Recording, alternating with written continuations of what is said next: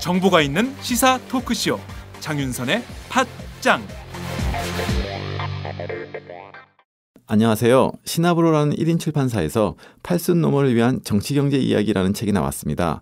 진보와 보수, 성장과 분배, 환율과 물가, 자본주의와 공산주의에 대해서 띄어쓰기를 할 줄 모르고 받침을 쓸 줄 모르는 엄마를 위해서 쓴 책입니다. 그래서 진보적 자녀와 보수적 부모의 대화를 위한 책입니다. 팔순노모를 위한 정치경제 이야기, 저자 황인철.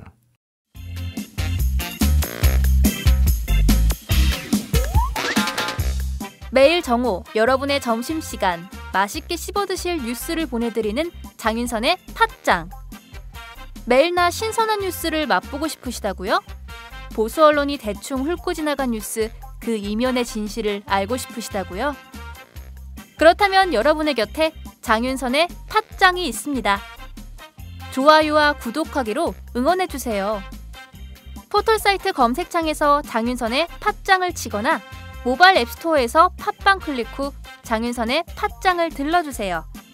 요거 재밌네 할 때는 과감하게 좋아요를 눌러주세요. 여러분의 꼼꼼한 사랑이 팟짱을 키웁니다. 장윤선의 팟짱, 애청자 여러분, 좋아요와 구독하기 꼭 부탁드립니다.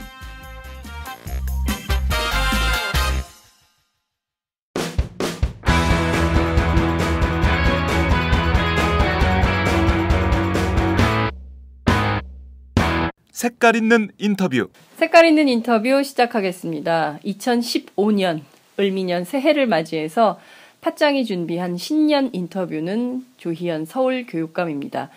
지난 가보년도 교육계는 정말 다사다난했었는데요. 신년을 맞이하는 지금 올해의 교육개혁 어떤 이슈들이 있는지 조희연 교육감님과 함께 대화를 나눠보도록 하겠습니다. 교육감님 새해 복 많이 받으세요. 예, 안녕하세요. 반갑습니다. 네. 초대해 주셔서 고맙습니다. 네, 입술 근처에 상처가 있어요. 요즘 뭐 여러 가지 피곤합니다. 일이 많고 또 연말이라 결제할 것도 많고 그렇습니다. 연말에 일 때문에 그러십니까? 아니면 회식 때문에 피곤하신 겁니까? 제가 이 2014년 하반기 내내 화제의 인물, 논란의 인물이었지 않습니까? 네, 그래서 그래서 이제 제가 굉장히 보수 언론에서 시끄러운 개혁을 주도한 것처럼 되는데 뭐 꼭 그렇지는 않고요. 그래서 2015년에는 좀 조용하면서도 훨씬 더 내실 있는 교육 개혁을 지향해 보려고 생각하고 있습니다. 되게 대학 교수님을 하시다가 이렇게 교육 전체를 책임지는 어떤 조직의 장이 되면 굉장히 얼굴이 갑자기 좋아지시는데 교육감님은 굉장히 피곤한 되게 역력합니다. 아니요, 피곤하지는 않은데 조금 이제 얼굴이 좀 빠졌다고 하는데 일을 너무 열심히 뭐 하시는 정신 건강은 더 좋아진 것 같긴 해요. 뭐 그렇게 크게 문제는 없고 또 저로서는 인생 이모작을 좀 일찍 시작했다. 예, 그러니까 왜냐하면 사실은 은행이나 일반 직장을 간 친구들, 공무원들은 저희 친구들이 은퇴를 시작합니다. 50대 말에. 그래서 이제 저는 이제 교수는 65세니까 좀 늦은데 그래도 제 친구들처럼 인생 2막을 좀 일찍 시작했다. 이렇게 생각을 하고 제가 이 교육 행정에 나름 매몰돼서 열심히 하고 있습니다. 벌써 지난해인데요. 6.4 지방선거에서 서울교육 책임지는 수장에 당선이 되셨습니다. 과연 꼴찌 조희연은 1등을 할 수 있을까? 이게 국민적 관심사였는데요. 지난 6개월 굉장히 빠르고 바쁘게 지나가지 않았을까라는 생각이 좀 듭니다. 지난 6개월 회상해 보실 때 어떤 점이 가장 어려우셨습니까? 아니요, 뭐 다른 것보다는 우선 아까 말씀하신 것 중에 보통 이제 4%에서 40%로 도약했는데 사실은 저희 선대본에서도 일부는 그렇게 했는데 이 3자 필승론 같은 게 있었어요. 그게 이 광노인 교육감 때도 보수 후보가 둘이 되거나 더 많고 그다음에 진보가 단일 후보가 되는 경우에는 100% 이기는 한 30 5% 정도 받아서 100% 이기는 네네.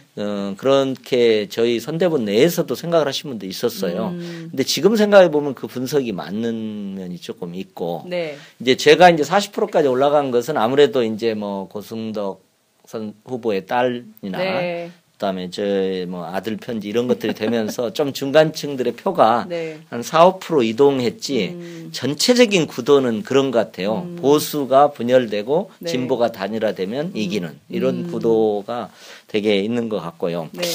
지난 6개월 동안 제가 생각을 해보면 우리 사회가 이렇게 확실히 진영으로 나뉘어져 있는 걸 많이 느껴요. 네. 교육이라는 게 보수와 진보 여야 구분이 없는데 그렇습니다. 저는 그런 마음으로 하고 있는데 이제 꼭 진영적 틀로 이렇게 보고 보수 네. 언론의 입장에서는 또 제가 하는 모든 정책들 하나하나들을 그렇게 봐서 네.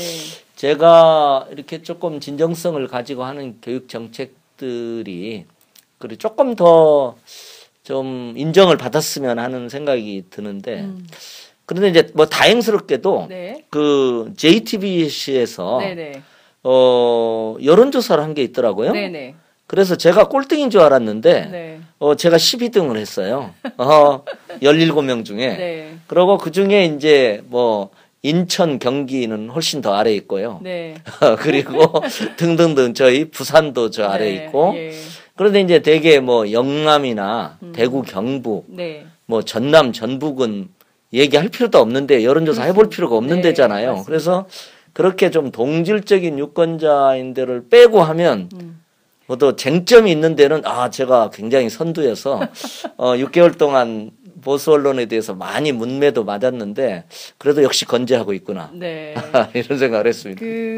저희가 그 내부에서 고민도 하고 검토도 하고 누구를 신년 인터뷰로 모시면 좋겠나. 예. 상당히- 당연히 뭐 조희연 교육감이었겠죠. 네, 당연히 조희연 교육감님을 모셨으면 좋겠다. 아니, 사람들이 조희연 교육감님을 만나면 굉장히 행복해하는 것 같아요. 천진난만해지고. 예. 좀, 그런 장점이 좀 있으신 것 같아요. 아니, 이게 제가 사실 저희 네. 교육청에서도 그렇게 얘기를 많이 들어요. 네. 이제 뭐 신문 칼럼이나 혹은 제 뭐 80년대 뭐 사고체 글을 본 사람들은 네. 굉장히 험악한 사람으로 알거나 뭐 뿔 달린 사람으로 아는데 네. 그래도 만나 보면 네. 제가 또 제 얘기를 해서는 그렇지만은 어쨌든 굉장히 부드러운 이미지를 네. 갖고 있는 걸로. 네. 원래 학자 따스하다. 네. 시절에도 물론 그때는 시절이 험악했기 때문에 네. 그거 험할 수밖에 없었고요. 네. 지금은 뭐 달라진 변화된 네. 시대이기 때문에 그때랑 같을 수는 없다 이런 생각이 좀 드는데요. 네.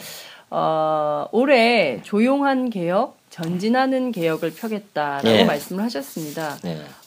개혁을 하면 좀 시끄럽고 소리도 나고 그렇죠. 그래야 뭐 이리도 좀 깨지고 막 이래야 되는데 어떻게 이 조용한 개혁을 하실 수 있을까? 왜 아니, 이런 그러니까- 굉장히 고심한 흔적이 느껴집니다. 얼마나 고민을 많이 하셨으면 조용한 개혁을 하겠다 이런 말씀을 하셨는지 이 교육계 전체가 좀 보수적이고 그래서 그런 네. 것들이 좀 반영이 된 것은 아닌가라는 생각도 드는데요. 예, 그러니까 저희가 이런 점은 생각을 하게 되더라고요.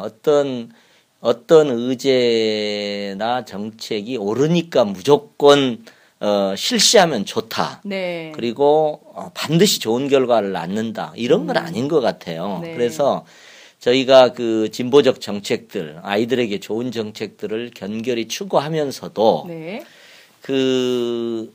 저는 이제 그걸 시뮬레이션 능력이라고 표현해보고 싶더라고요. 네. 시뮬레이션. 그러니까 어떤 네. 정책을 시행했을 때 네. 말하자면 이익 집단들은 어떻게 반응하는지. 그렇죠. 또 관련 당사자들은 또 이거에 대해서 어떤 태도를 갖고 있을지. 네, 네. 뭐 이런 것들을 조금 종합적으로 고려를 해서 네, 네. 정책 수행을 해야 되겠다는 생각이 좀 들어요. 그 대표적인 깨달음이 네. 그 유치원 원화모집 문제 같은 경우 있어요. 네, 네, 유치원은 이제 교육청 관할이기 때문에 해서 사실은 이제 그동안 선착순으로 뭐 유치원 하다 보니까 밤새서 줄 서 있고 막 그런 맞습니다. 여러 가지 문제가 있었어요. 그래서 연구 프로젝트까지 해서 가능하면 이런 그 유치원 응시 대란을 피하기 위해서 가나다군으로 네. 이렇게 연구 결과에 의해서 나와서 시행을 한 건데 네. 유치원 관련자들에 대해서 충분히 이렇게 소통하거나 또 그 관련 당사자들과 이렇게 의견을 좀 그다음에 학부모들이 이거에 대해서 어떻게 반응할까를 충분히 고려하지 못해서 네네. 굉장히 학부모님들한테 말하자면 누를 끼쳤습니다. 네. 솔직히 저도 그건 인정을 하고 사과드리고 싶은 생각이 좀 들어요. 네. 왜 그러냐면 제가 그래서 연말을 기해서 저희 유아 과장도 교체를 했어요. 일종의 문책성 네. 교체를 할 인사를, 정도였습니다. 네, 예, 그럴 거죠? 정도로 어쨌든 유치원 그 모집 대란 같은 게 좀 있었지 않습니까? 네네. 이제 그런 것들을 보면서 저는 이제 진보적 정책들 네. 저희가 생각하는 정책들을 견결히 추진하되 네. 좀 가능하면 이 다른 입장에 있는 의견들 네. 중간지대에 있는 유권자들 이런 부분의 의견을 좀 종합해서 가는 그런 게 좀 조용함을 낳는 게 아닐까 하는 생각을 제가 해봐서 네.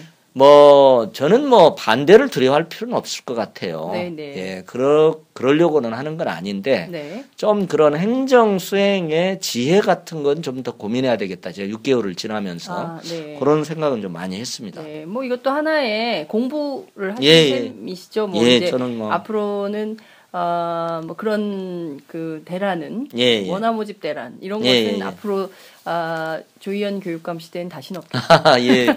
이건 사전에 충분히 조율해서 할 거니까요. 네. 이번에도 네. 그 유치원 당사자들하고 조금 사전 조율을 했으면 조금 문제가 적었습니다. 그래서 처음에 문제가 있어서 이제 보완책을 네. 바로 해서 약간의 수습도 했습니다. 그래서 이 자리를 빌어서 사실은 이제 선이 이제 저희 교육청 말을 믿고 네. 중복 지원을 안 한 분들이 있어요. 그런 좋은 학부모님들이 계신데 네.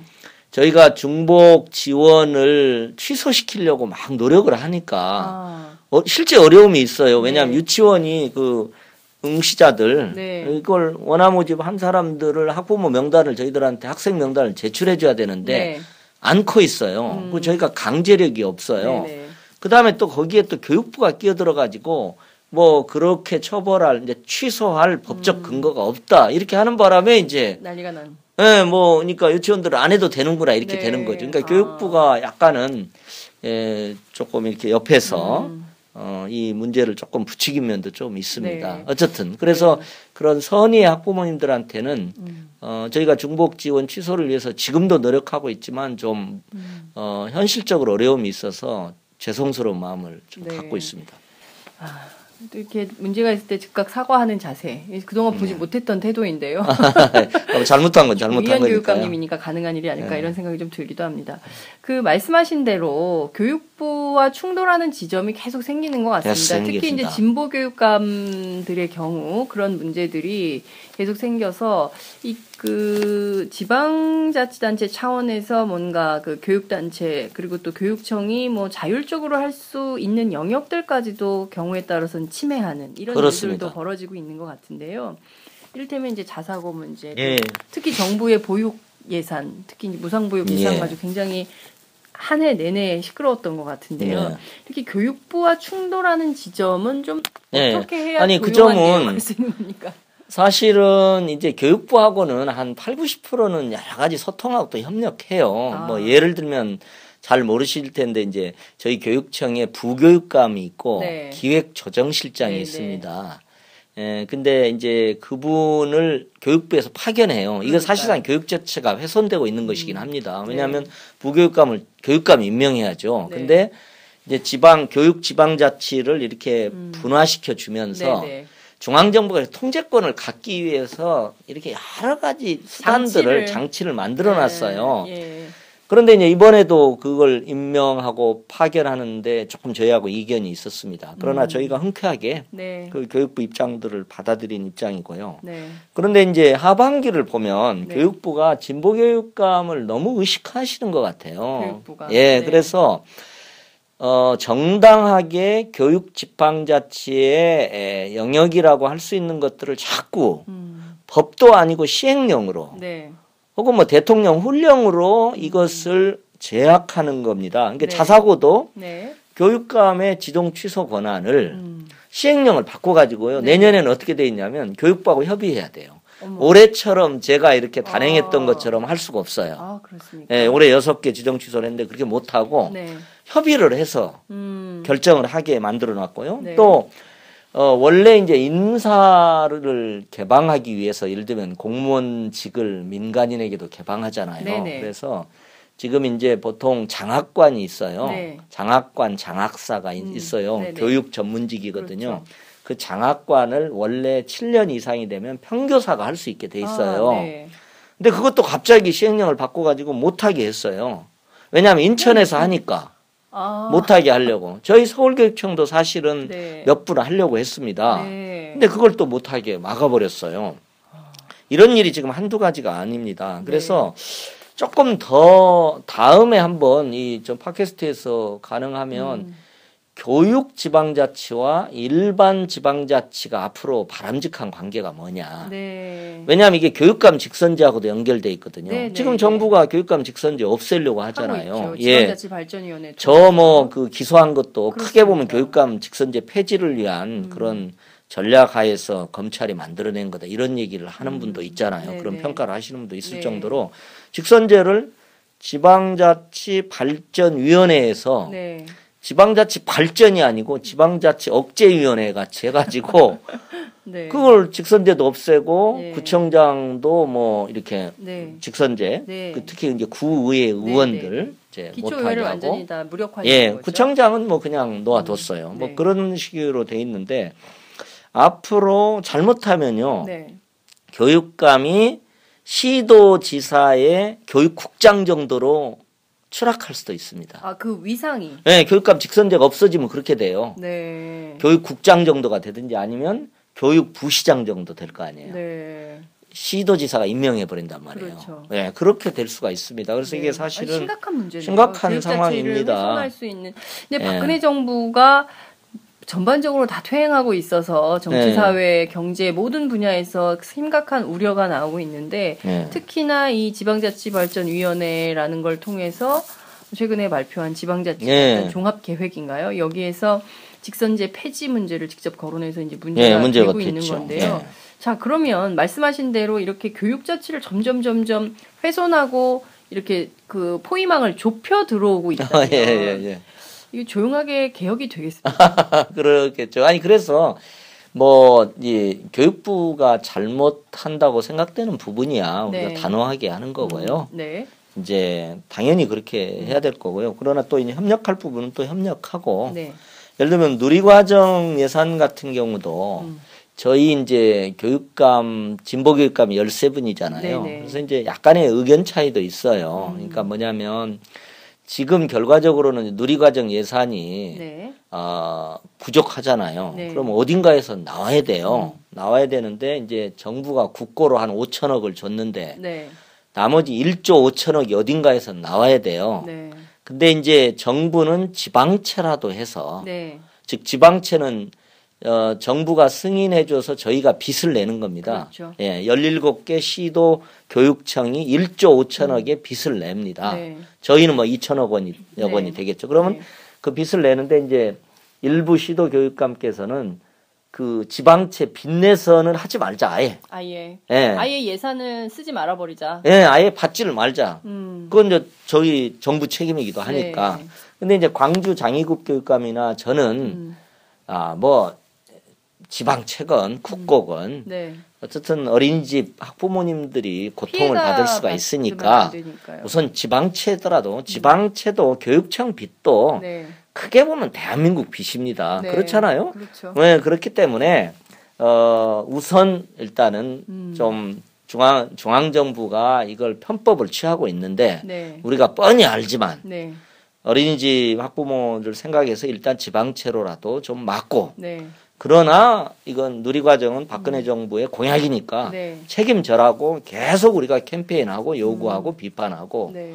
이런 게 좋지 않 이런 약간의 의견들도 있어요. 그래서 아니, 저는 실제로 오히려 그게 불법 상태라고 하더라고요. 예산 자체가 지금 상태가 그 지방재정법을 바꿔야만 네. 그게 가능한데 그 지방재정법의 목적을 바꿔야 되는 상황이에요. 예, 그렇습니다. 그게 이제 11월 29일 네. 날이 이제 교육재정법이 바뀌어서 네. 이제 새로 바뀌어야 되는데 네. 그래서 이제 지금 말씀드린 대로 1조 5천억 원은 아직 그러니까 뭐냐면 홀딩 지방재정법이 그렇죠. 홀딩 상태이다. 네. 바뀌어야 네. 교육부가 승인해주고 저희가 빚을 내는 거죠. 그렇죠. 예. 그리고 정부가 이자만 갚아주는 거죠. 이제 합의된 바에 따르면. 예, 그러니까는 예, 이자를 이제 저희한테 네. 조달해 주는 걸로 예. 했죠. 그러니까요. 그런 방식으로 한다면. 그러니까 약간은 편법입니다. 아까 제가 정부가 편법을 쓰고 있는 예, 거예요. 교육부가 시행령 훈령을 바꿔가지고 이렇게 네, 하는 편법인 거죠. 그렇습니다.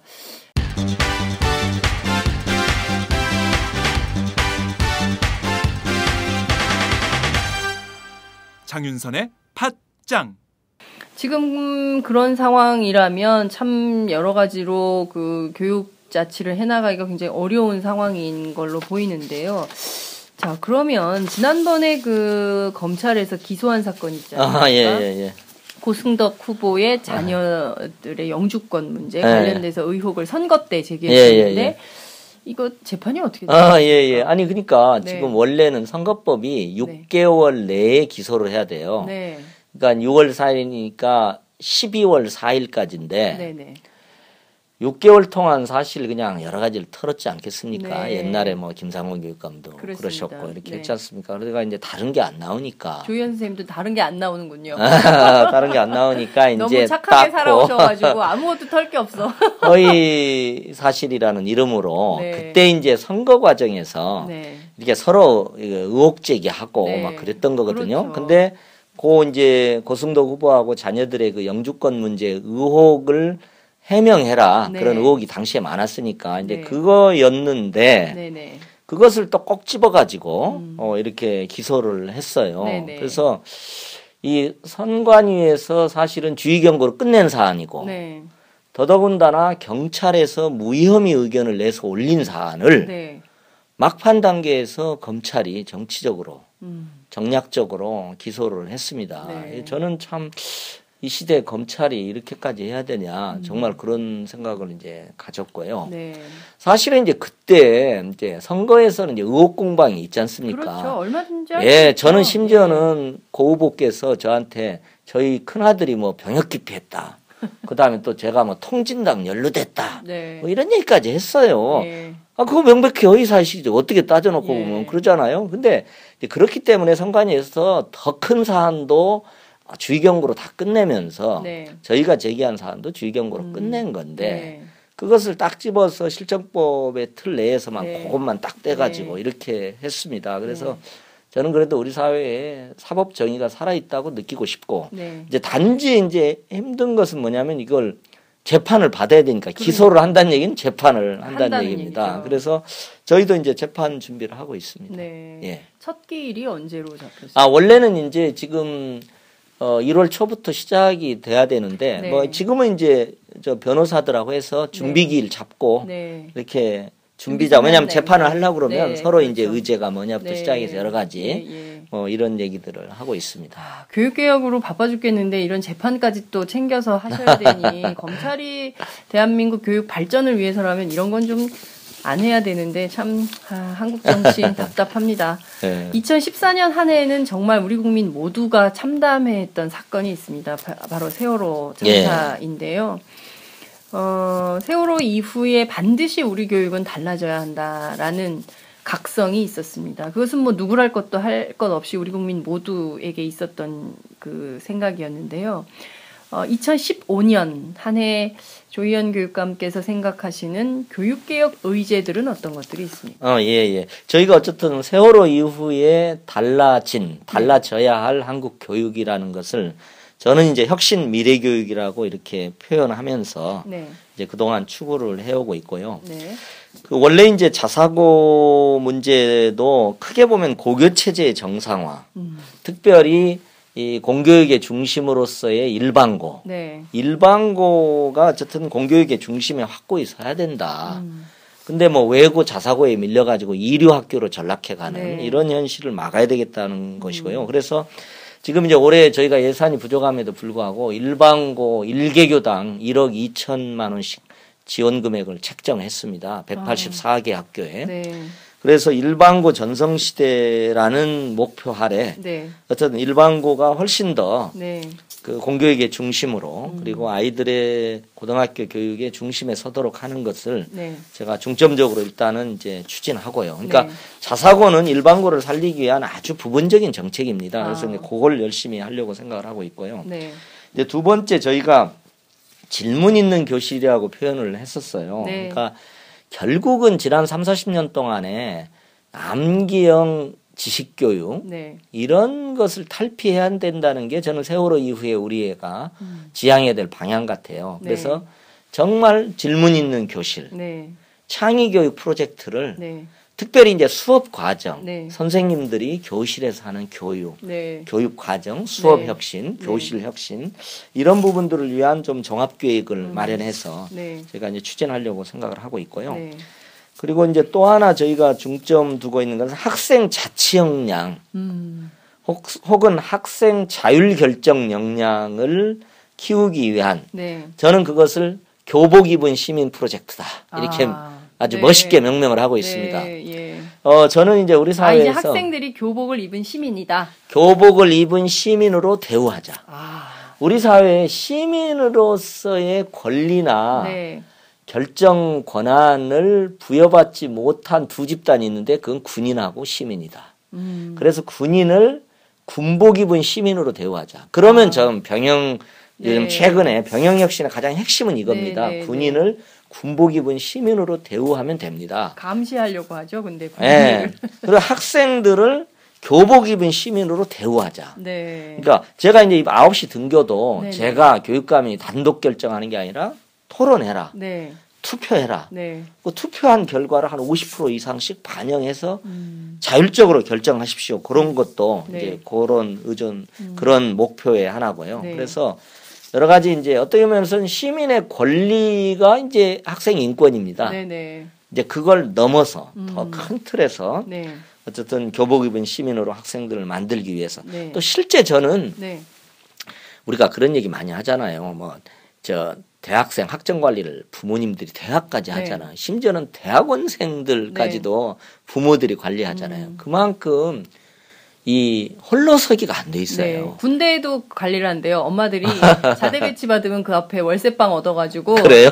그 군대에 비데 있냐, 우리 애가 쓰는 샴푸는 뭔데 그거 갖다 놨냐, 뭐 이렇게 엄마가 계속 관리해. 헬리콥터 맘들이 너무 많아가지고. 그러니까 이게 잘못된 거. 우리 어렸을 때는 네.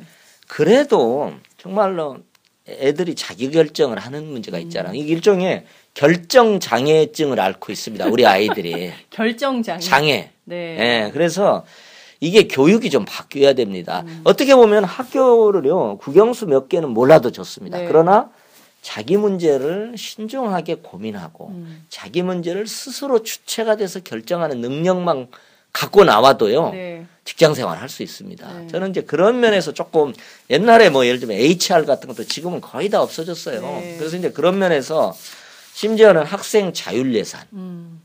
학생회실 같은 것도 새로 좀 만들어 주고 싶어요. 학생회실이요. 네. 이런 거 없죠 학교에. 예, 지금은 현재 없고요. 네. 그래서 그런 것도 좀 해주고 싶고 학생들이 어쨌든 학교가 민주주의 훈련의 공간이어야 됩니다. 네. 지금 그런 것도 하고요. 마지막으로 한 가지 제가 더 덧붙인다면요. 지금 혁신 교육지구 사업 네. 저희가 이제 그 지역사회와 학교가 새롭게 협력하는 모델을 좀 구현하고 싶어요. 네네. 그래서 이제 박원순 시장과 저희 서울교육청이 함께한 20개 협력 사업 중에 하나 중요한 게 교육혁신지구 사업입니다. 네. 이게 마을 결합형 학교. 예, 마을 이런 결합형 건가요? 학교를 실현하기 위한 하나의 네. 구체적인 프로젝트인데요. 네. 이것은 말하자면 그렇습니다. 구청하고요. 네. 교육청하고 그리고 학교가 협력해서 네. 아이들 교육을 위해서 협력하는 그런 프로젝트인데 한 구청당 한 20억이 지금 투자되는데 네. 지금 막 구청장님들이요. 네. 이 지금 난리가 났어요. 어떻게요? 이 지금 7개 그러니까 25개 중에 네. 7개만 선정을 해요. 근데 25개 중에 한 15군데가 지금 응모를 하고 있다고 그래요. 네. 그래서 이제 한 2.5대 1쯤 돼요. 네, 네. 근데 이게 지금 굉장히 중요한 구청이 교육 사업이 돼 가지고 네, 네. 뭐 교육 담당관도 두고 네. 엄청난 프로젝트를 지금 해서 저는 지금 이거 큰일 나겠다. 이거 떨어진 구청장님들한테 잘못하면 구타당할 수도 있겠다 해가지고 저는 아주 공정하게 네. 위원회만 구성해서 네. 독립적으로 결정하시도록 네네. 이게 아주 공정하게 되도록 잘못하면 이게 몰매 맞는. 네, 몰매 맞을 수도 있어서 정말 행복한 비명을 지르고 있습니다. 네. 그 조교감님 말씀만 들어도 서울의 교육이 내년 그러니까 2015년부터는 크게 바뀔 수 있겠다라는 그 행복한 상상을 해보게 되는데요. 노력을 해야 되겠죠. 네, 자 우선 그런데 우리의 현실을 따져보면 질문이 있는 교실, 우정이 있는 학교, 삶을 가꾸는 교육. 이것은 예. 그냥 포스터 구호 같아요. 예. 왜냐하면 일단 교실 안에서 학생들이 질문하면 선생님들이 싫어하시거든요.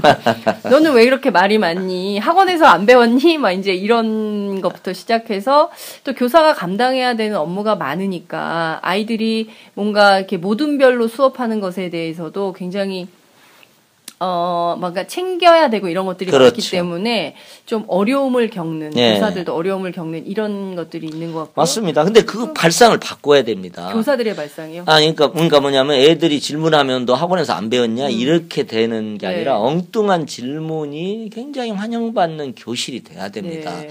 이제 그런 점에서 보면 저는 이제 보통은 이렇게 돼 있어. 공부는 학원 가서 하고. 네.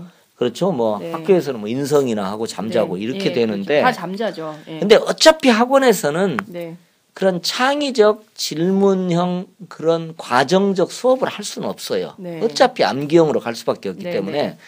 정작 창의 교육을 우리가 노력한다면 학교가 그 중요한 현장일 수 있어요. 네. 학교가 다시 살아날 수도 있습니다. 그렇습니다. 그러면 정말 좋은데 엉뚱한 질문을 하는 아이들은 바보가 돼요. 바보가 되고 장인선 씨도 이제 학교가 학부모니까 아니라, 조금씩. 예, 우정이 있는 근데 실제로 그런 거를 고민하는 엄마들이 되게 많은데요. 그렇죠. 왕따 되고. 그런 아이들이 또 이렇게 튀는 질문하고 막 이러면 쟤 왜 저래 그렇습니다. 이러면서 튀는 걸 용납하지 않거든요. 그렇습니다.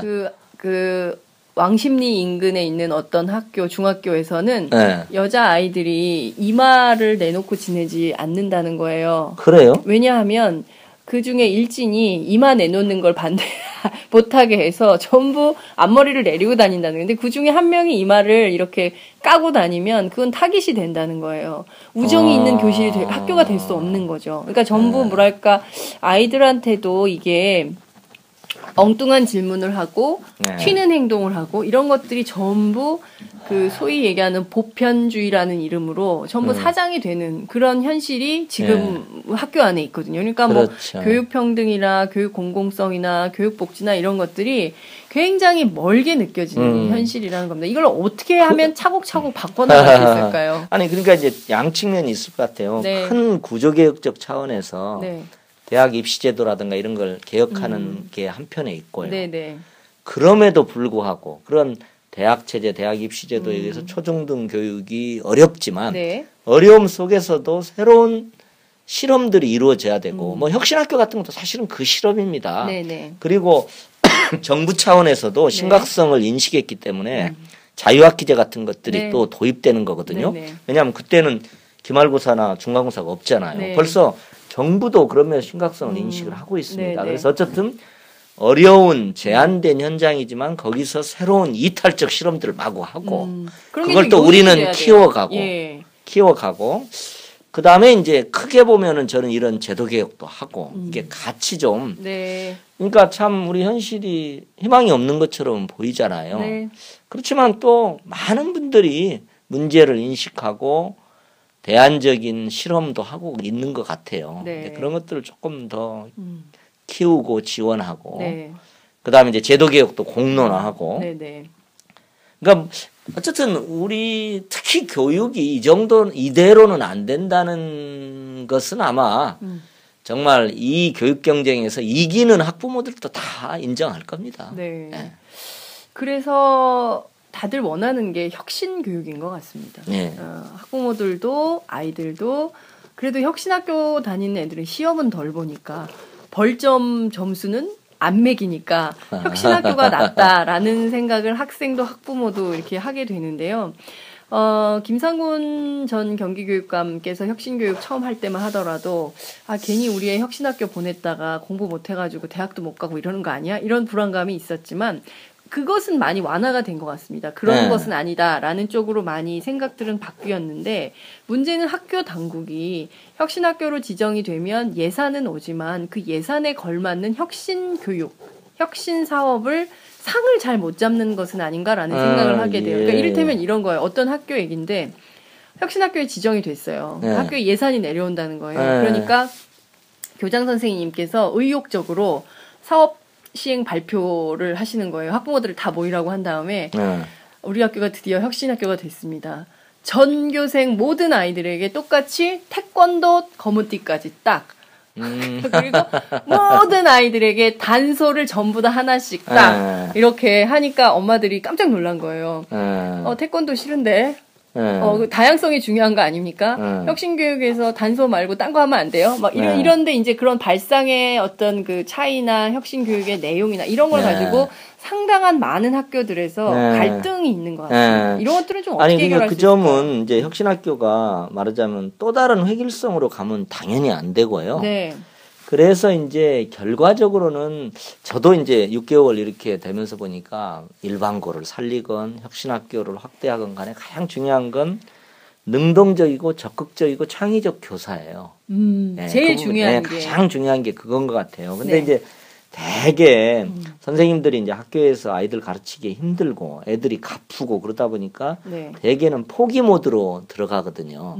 그리고 그냥 뭐 이렇게 적응해서 편하게 이렇게 되는 점이 있는데 그래서 이제 저희 이제 그 교육 행정에서는 연수가 그래서 중요해요. 연수. 그래서 지금 혁신학교 같은 경우는 이번에 44개가 이제 지정이 됐는데 그래서 이제 혁신학교 고 연수를 1, 2월에 이제 진행을 합니다.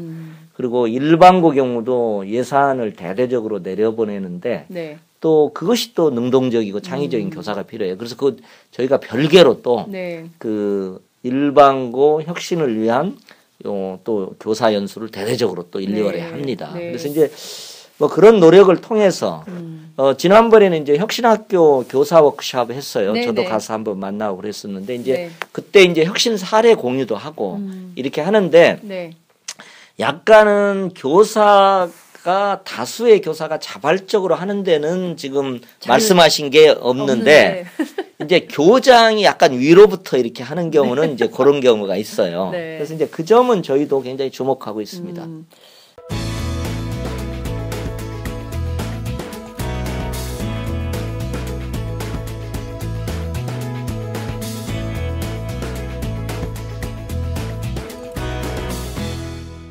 장윤선의 팟짱. 다양성이 존중되고 차이가 인정되는 학교라면 모든 아이들이 정말 즐겁고 재밌게 그리고 행복하게 학교를 다닐 수 있을 것 같습니다. 그런데 하나의 잣대로 전부 줄 세우기 교육을 계속 한다면 수평적인 네트워크도 안 될 뿐만 아니라 아이들이 학교에 가는 부담만 생기는 교육이 되지 않을까 이런 걱정과 우려가 생기는데요. 맞습니다. 앞서 말씀해 주신 그 학생 자치 역량을 강화하는 프로젝트를 2015년부터 본격화하시겠다라는 말씀하셨습니다. 교복 입은 시민 굉장히 아이들이 좋아할 것 같아요. 언제 저희 늘 관리만 받아왔지 존중받아온 적이 없는 아이들이 야 우리를 시민 대우한단 말이야 이러면서 굉장히 좋아할 것 같은데 자, 이게 그 구체적으로는 어떤 방식으로 되는 겁니까? 우리 학생 인권 조례 같은 거가 없어졌어요. 아니 그래서 이제 학생 인권 조례가 지금 있는데 이제 이 상당히 그게 학교 문화로 정착돼야 되는데 그게 잘 안 됐어요. 그러니까 학생 인권이 명문으로만 있고 이제 그게 학교에 실질적으로 시행되거나 이런 게 조금 약화돼 있습니다. 그게 이제 아마 보수 교육감 시대를 지나면서 그래서 지금 마침 저희가 12월 말에 인권 옹호관을 부활시키기로 결정을 했습니다. 그래서 학생 인권 옹호관. 원래 조례에 이제 인권 옹호관이 2개로 돼 있었는데 이제 전임 교육감께서 그것을 무효 소송을 제기해 가지고 중단 상태에 있었습니다. 그래서 그 무효 소송을 저희가 취소하면서 인권 옹호관을 부활시켜서 이제 어떤 의미에서는 이거 교복이면 시민의 한 측면은 권리 보장이잖아요. 네네. 그렇죠? 이제 권리를 보장해야 되는 측면이 있고, 네. 그다음에 두 번째는 이제 자율적인 결정권을 대대적으로 부여해야 됩니다. 네. 그래서 이제 가능하다면 학교 운영비 중에 일정 부분은 학생의 자율예산, 네. 학생 자율예산 같은 것도 편성할 수도 있고요. 네네. 저희가 교육청 수준에서 자유공모형 프로젝트 예산 같은 걸 조금 둬가지고 네. 자발적으로 학생들이 응모를 받아서 네. 이렇게 좀 줄 수도 있고요. 그다음에 아까 말씀드린 대로 어쨌든 학교의 뭐 규칙이라든가 학칙이라든가 이런 것들을 제정하기 위한 네. 이런 토론 같은 것도 할 수가 있고요. 네. 그리고 이제 사실은 학교 폭력 문제를 다루기 위한 학교 자치법정 같은 것도 있어요. 예. 학생들이 이미 그건 제도로 시행되고 있습니다. 네. 근데 그런 것들도 좀 활성화시켜서 더 그냥 학생들이 학교 폭력의 가해자와 피해자를 놓고 아. 일종의 이제 판결을 내려보는 이런 네. 경험도 한번 할 수가 있고요. 그래서 다양한 프로그램들을 저희가 이제 개발하기 위해서 지금 머리를 이제 짜고 있는 중입니다. 네. 그 서울 교육 학생 대토론 이런 거는 어떤 겁니까? 교육학생 이번에 대토론도 예 저희가 그러니까 9시 등교도 네. 이제 대토론을 통해서 네. 원래는 주요 저희는 정책이 있을 때마다 이것을 그러면 그런 민주적 의사 결정으로 결정하시겠다. 제가 이런 이제 딱 생각하고 있는 게 9시 등교야말로 네. 모든 학생들에게 영향을 미치는 중대 이슈잖아요. 그렇습니다. 그래서 앞으로 그런 중대 이슈가 있으면 네. 정말 한번 투표를 제2투표를 해보려고 합니다. 네. 이게 그런 것 자체가 물론 이제 우리 학생들이 준비가 안 돼 있기 때문에 뭐 9시 등교 토론하라고 그랬더니 이런 일도 있다고 그러더라고요. 네네. 어느 중학교 예를 들었는데 네. 3학년 학생들이 야 우리는 이제 이미 다 뭐 8시에 나와가지고 말이야 저 잠도 제대로 못 잤는데 1, 2학년 하는 거 배 아파서 못 하겠다. 우리는 다 반대. 아. 예, 기존대로 한다. 뭐 네. 이렇게 투표를 했다고 그러더라고요. 예. 자기들 고등학교 가게 생각을 안 하는 거고요. 그러니까 근데 이제 그렇게 하더라도 네. 그런 경험 자체를 한번 해보는 게 저는 왜냐하면 우리도 솔직히 뭐 저 총선이나 대선 하더라도 네. 뭐 정말로 합리적으로 결정하지 않는 분도 많잖아요. 어른들도. 네, 네. 그렇잖아요. 예. 뭐 지연이나 학연이나 뭐 네. 혹은 뭐 나이나 이런 거에 네. 의해서 그냥 해버리는 분도 있잖아요. 네. 그러니까 그렇듯이 그 어쨌든 그럼에도 불구하고 우리가 한번 자기가 결정권을 갖고 하게 만드는 경험들을 한번 하고 그러기 위해서는 학교의 교장 선생님이나 교감 선생님도 조금 새로운 마인드로 접근을 해주시면 좋을 것 같아요. 네. 대개는 우리 학부모님도 그러잖아요. 피교육자라는 생각만 있잖아요. 네. 그러니까 이제 그런 면에서는 계속 피교육자로 대우하면 부모가 힘들어요. 네. 대학교까지 케어를 해야 하잖아요. 그렇습니다. 뭐 예. 빨리 자유방임적으로 키우면 훨씬 더 부모가 더 편합니다. 예. 그 좀 재밌는 학교가 되면 선생님들도 교사들도 재미를 느끼고 아이들도 좀 재미를 느끼고 뭐 그런 다양한 장치들이 있으면 학교 다니는 맛을 느낄 수 있을 것 같아요. 거의 끌려다니는 기분으로 아침에 눈 뜨면 학교 가야 돼 지겨워 이게 아니라 네, 그렇습니다. 학교 가면 뭐 자치법정도 해 학교 가서 무슨 토론도 해 모두 결정을 해야 돼 어떤 책임감을 가지고 학교를 다닐 수 있지 않겠나라는 그렇죠. 생각도 예. 좀 드는데요. 이번에 보니까 교육청 조직 개편을 했던데요. 네. 민주시민교육과가 생겼습니다. 이거 어떤 예, 거예요? 예, 그러니까 교육청 최초로 생긴 거 아닙니까? 아닙니다. 저 경기도에 있고요. 네. 민주시민교육과가 이제 이런 학생 자치 문제나 이런 걸 다 총괄하게 되고요. 민주시민 교육의 여러 가지 일반적인 것들을 다 총괄하게 되고요. 네. 저희는 이제 학교 민주주의 프로젝트라고 그거 이제 더 표현해 보고 싶은데요. 어쨌든 네. 학교가 민주주의 공간이 돼야 됩니다. 근데 사실은 아직까지는 굉장히 권위주의적이에요. 네. 이제 그래서 이제 그런 민주시민교육과는 민주시민교육과 안에는요, 뭐 다문화교육 기존에 네. 다문화교육 같은 것도 이제 거기서 담당하고요. 네. 저희가 이제 공약으로 내걸었던 세계 시민교육 네. 뭐 이런 것도 거기서 담당을 하고 네. 뭐 그런 등등의 역할들을 학생 인권 관련해 가지고도 여기서 담당을 하고 이렇게 이제 민주시민교육과가 어떻게 보면 좀 이런 일련의 것들 좀 정책들을 다 총괄하게 될 것입니다. 네. 민주시민교육과가 생기면 뭐 공부하고 시험 보는 건가요? 시험도 보나요? 아니 뭐 꼭 그렇지는 않고요. 이제 경기도에서 네. 여러 선생님들이 노력해서 민주시민교육이라는 4권으로 된 부교재를 만들었어요. 네. 저는 그것을 뭐 서울인천 경기 공통교재로 부교재로 네. 이렇게 좀 확산하고 네. 또 서울이 갖는 여러 가지 좀 특성들 네. 이런 것들도 반영하고 이렇게 하려고 생각을 합니다. 사실은 우리가 지역사회 참여교육 같은 거 있잖아요. 네. 지역사회를 알고 지역사회를 탐색하고 네. 지역사회에 참여하고 때로는 봉사도 하고 하는 것들도 뭐 민주시민교육이 중요한 부분의 하나일 것 같아요. 예. 정말 중요한 사회참여 활동의 기회를 많이 열 수 있는 것도 굉장히 중요한 교육의 내용이 아닐까라는 생각이 드는데요. 자, 서울교육에서 혁신학교를 대대적으로 확대를 하고 그 안에서 새로운 교육적 실험을 한다 하더라도 여전히 우리 사회가 갖고 있는 교육 불평등 요소가 많이 있습니다. 이 교육 불평등의 문제는 네. 좀 어떤 관점에서 어떻게 해결할 수는 그러니까 없겠지만 이게 참 딜레마입니다. 저도 이제 저 100일 되는 날 정말로 제 교육 불평등에 도전하는 교육감이 되고 네. 싶다 그런 표현도 썼습니다. 그리고 자사고 문제나 이런 것들도 다 그런 걸로 관련이 돼 있지 않습니까? 네. 그래서 여전히 교육이 사회적 불평등을 상쇄하는 그런 기회의 통로가 되고 네. 그렇죠? 사실은 사회가 역동적이려면 이렇게 계층 이동, 사회 네. 이동 이게 자유로워야 됩니다. 네. 그리고 우리 사회가 산업화의 중요한 원동력도 그거였잖아요. 네. 기존의 신분 질서가 깨지면서 내가 열심히 노력하고 역동적으로 살면 잘 살 수 있다. 네. 그리고 그것의 중요한 통로는 또 교육이었단 말입니다. 네. 근데 우리 사회는 이미 너무 그 부의 양극화가 심화되다 보니까 가진 자와 못 가진 자. 근데 가진 자는 가진 학부모고 못 가진 학부모입니다. 네. 그래서 이게 교육 불평등으로 그대로 나타나는 겁니다. 그래서 한쪽에서는 뭐 영어 유치원 가기 위해서 1년에 1,000만 원을 쓰고 네. 한쪽에서는 뭐 이렇게 여러 가지 지원을 받아야 되는 상황이기 때문에 이제 이 점은 저희 교육청에서도 가능한 예산을 다해서 여러 가지 지원을 하고요. 네. 그다음에 중앙정부에서도 지금 교육복지 특별사업이라는 이름도 하고 있는데 네. 뭐 더 대대적으로 조금 하고 네. 그래야 될 것 같아요. 그러니까 이게 아이들이 그 교육 불평등이 이미 유치원 이런 데서부터 시작되거든요. 네. 그렇습니다. 그래서 정말 동등한 평등한 출발이 안 되는 거죠. 그래서 이제 그런 면에서 뭐 여러 가지 유치원에서부터 시작해서 네. 초등, 중등에 이르기까지 다양한 지원 정책들이 이루어져야죠, 당연히. 네. 예.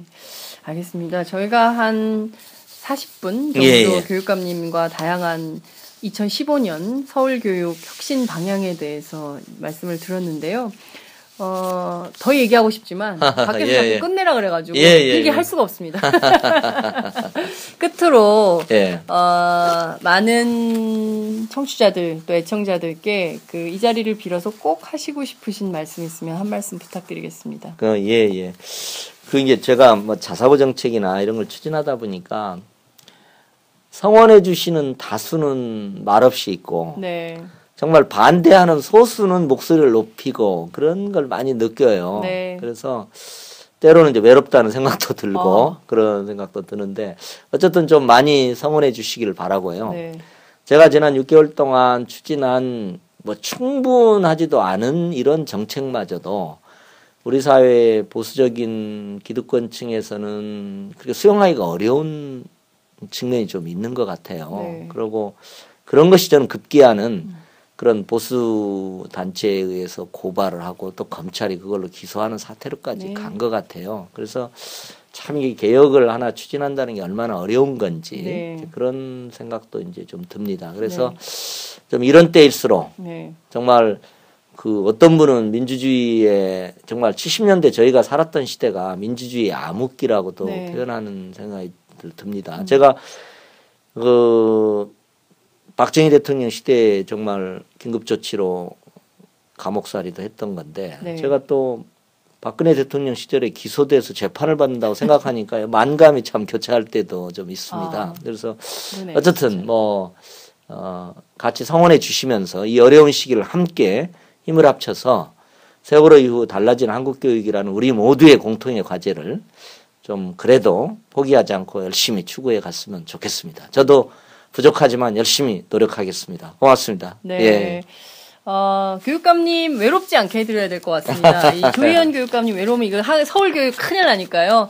청취자 여러분, 그 조희연 교육감님 응원단을 만들어서 조직해서 서울교육, 혁신교육 제대로 완수할 수 있도록 도움을 주셨으면 좋겠다는 말씀을 좀 드리겠습니다. 오늘 말씀 정말 감사합니다. 예, 감사합니다. 고맙습니다. 예, 예. 안녕하세요. 장윤선의 팟짱 애청자 여러분. 저는 김병기입니다. 전에는 편집국장이었는데요. 지금은 10만인 클럽 회원이자 본부장 맡고 있습니다. 그런데 10만인 클럽이 뭐지? 이렇게 궁금해하시는 분들 많으실 겁니다. 오마이뉴스에 자발적으로 구독료를 내는 시민들의 모임입니다. 지금 매월 후원해주시는 분이 몇 명이죠? 8,000명이요. 그럼 앞으로 몇 명을 모아야 합니까? 10만 명이요. 참 갈 길이 멉니다. 그런데 조중동 구독자는 많게는 100만. 이래서 진보 언론 살아남을 수 있을까요? 10만인 클럽 후원으로 만들어지는 팟짱 응원하고 싶으시다고요? 지금 전화주세요. 02-733-5505로 전화하셔서 내 손번호 274를 꾹 누르세요.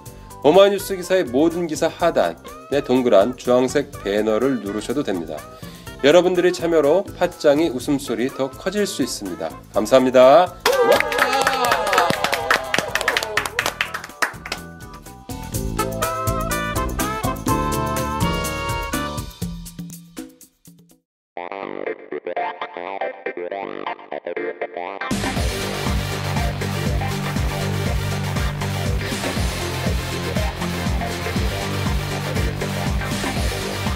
정보가 있는 시사 토크쇼 장윤선의 팟짱.